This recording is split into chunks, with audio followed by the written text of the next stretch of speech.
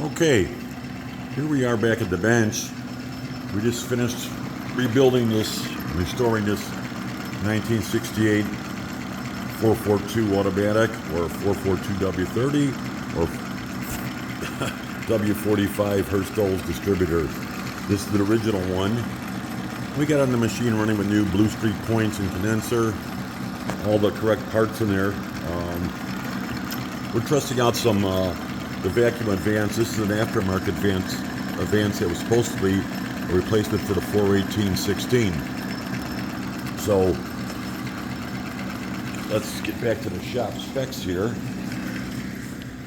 And we're going to do that first, the vacuum test. So here's the original specs for the 1911468 with the 1973-14 vacuum advance. This is a replacement from Borg Warner. So to start, at 10 to 12 inches of vacuum, the vacuum advance should start moving. So we're running right now about 250 RPM, actually 249. We're close enough. Enough so we're not getting the centrifugal advance to work. So we have the zeros set, the dial set in for 0 here. Very difficult to see, but I think if I get the right angle, we'll see it. So I'm going to get this thing right to 0, close to it. I don't know if you can see that pretty good. You should be able to see that with the camera. Okay. We don't have the vacuum turned on, but we do have the vacuum advance hooked up. So let's turn the vacuum on. And they're saying we should get movement. It should start at 10 to 12 inches of vacuum. Okay, so let's see what happens here. Let's bring this up to say 6 inches of vacuum. And right there, no movement yet. Okay, but they're saying 10 to 12. So let's go to 10.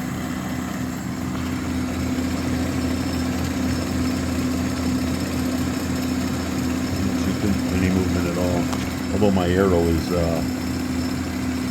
off a tad.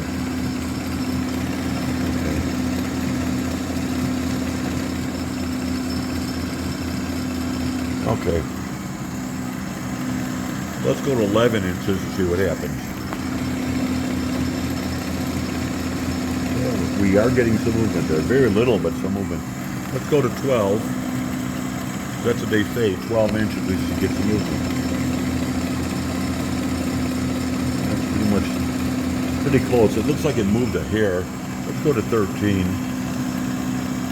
See if anything's happening there.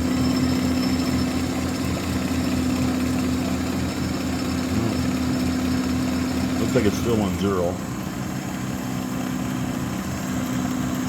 Let's go to 14 inches. Oh, lots of movement at 14 inches of vacuum. Let's go back down to 13.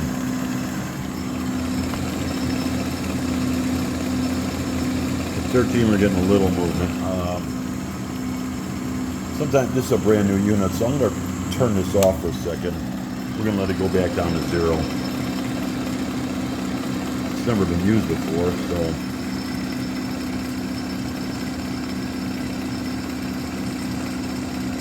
Okay, let's turn it back on. They're saying 10 to 12.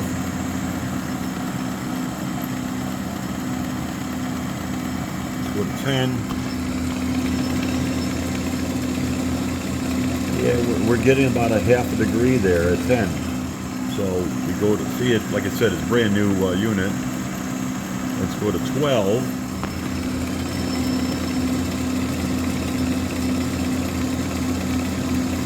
Still about the same, about a half of degree of, and they're saying it should start about 10 to 12. Okay, then we're supposed to get 8 degrees of advance at 16 to 18. So let's roll this up to, let's just go up to 16. 16 inches of vacuum. We definitely got 5.5 degrees of advance. We go to 17. We get some movement here. Now we're at just about almost 6.5 degrees of advance at 17. So they say 18 is maxed out.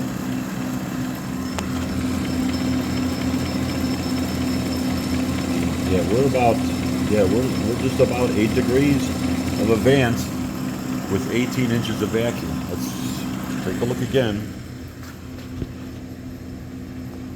So 16 to 18 inches of vacuum, 8 degrees advance.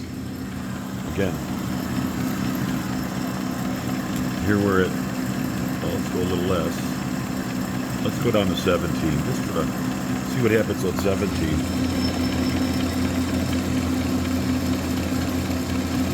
17, we're about 7.5. 18 inches of vacuum. And boy, we're about 8.5 there, so that's pretty good. So we know the vacuum advance unit, this aftermarket replacement for the 418, is doing pretty good. Okay. Now I've got a set of springs here that I got off another distributor because I don't have any extra W-30 ones. But looking at this here now, at 450 RPM, we want to get a 0.5 degree to 2.5 degrees of centrifugal advance. So we're at 250. We're gonna bring this up. Again, there's our meter. We're looking better without all the lights on. We're gonna crank this up to 450. Let's see what. Well, let me just stay here for a minute. I just want to go back to my reading. So we're about 240 something there. Okay, we want to make sure we're at 0, which we got. Okay, now let's see what happens at 450 RPM.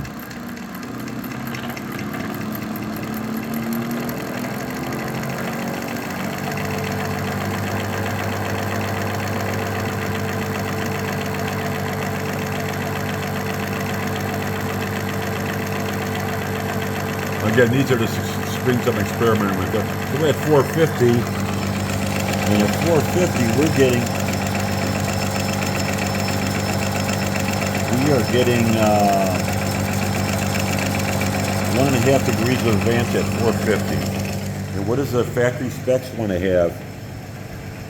At 450, 0.5 to 2.5 degrees of advance. So we're at 1.5. We're right in the middle there of these springs. I can find the arrow. Come on, baby. Somebody's in the arrow I want. Then you have to show up. Okay, we're 1.5. Now, we're going to go a little higher with this. Now, they're saying we should have 7 to 9 degrees of advance at 1,000 RPM. So let's see what happens at 1,000 RPM.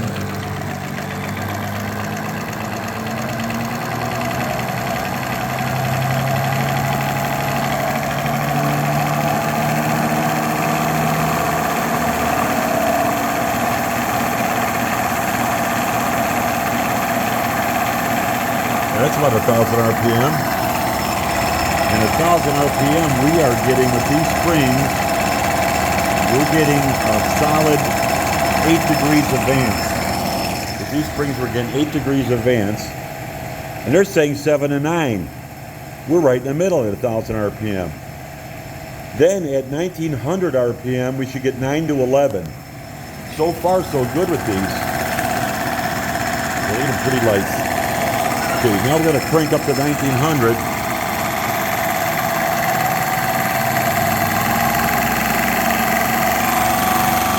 That baby's rolling, huh?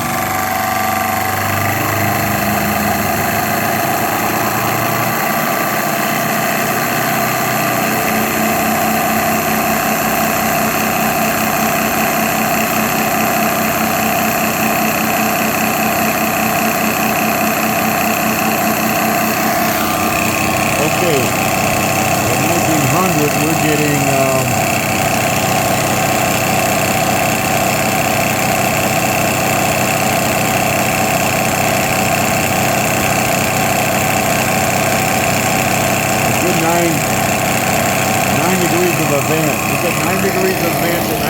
1900. 911 in 1900. This is great. This is great.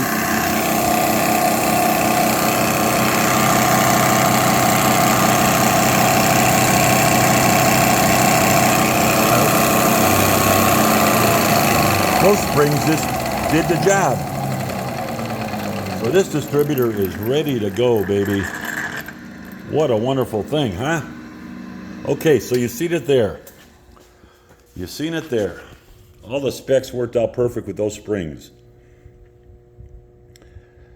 Don't get no better than that. All right, thanks for watching.